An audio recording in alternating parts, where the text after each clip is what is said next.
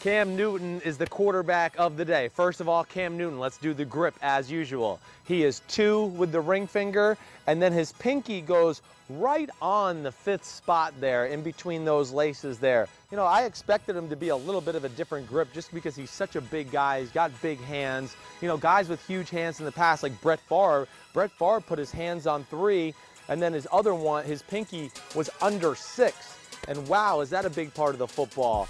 Or you get to the quarterbacks like, you know, hey, Brady or John Elway, they put their fingers over the laces more. That's where I kind of expected to see when I saw Cam Newton. I was kind of surprised that that pinky finger is kind of underneath there, and he still grabs a relatively small part of the football for a guy that's one of the strongest, most powerful quarterbacks we've ever seen in the NFL. First of all, pretty good as far as feet, body, gets it in pretty good positions. Now, the one thing he does, maybe how we talked about Rodgers and Brady, where they get the shoulder turn a lot, really, and create the opposites. Cam Newton doesn't always do that. And he doesn't have to, because he's so big and physically strong and gifted that he can get away with it, and he's just got a naturally gifted arm. But Cam Newton, hey, maybe more times than not, you like a quarterback to be like right here with that shoulder tucked into the target. Cam Newton sometimes gets a little open like this.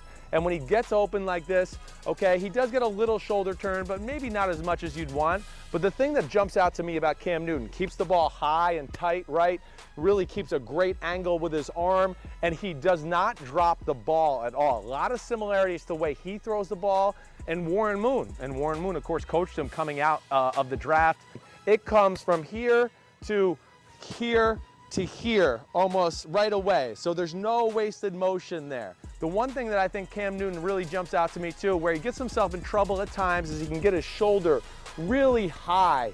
And it can sometimes lead him to be a little erratic with the football, and I think make the ball sail. But for the most part, man, is he a pure thrower. He throws perfect spirals. He's got a tremendous arm, and he can throw with touch and accuracy as well. This is what it kind of looks like. He kind of just, and just muscles it over there a lot of the time. Let's get into what we think the new Cam Newton throwing motion is going to be. What I saw from that one practice that was televised, and Cam Newton talking about changing his throwing motion. I saw a guy that seemed to be really making a point of getting that front shoulder to the target and staying there. And then within that, he was keeping his motion really tight. I mean, really tight, to where it almost came to here, and it was like right in here. It almost skimmed the side of his helmet a few of the throws I saw. And I would expect it to look more like this year. It's gonna take stress off that shoulder for sure by keeping that motion so tight and close to the body.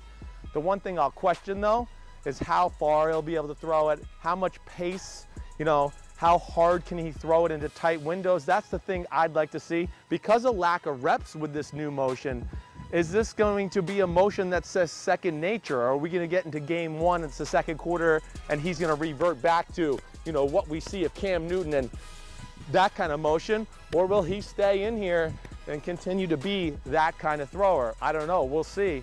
Only the film and the games are gonna show us that.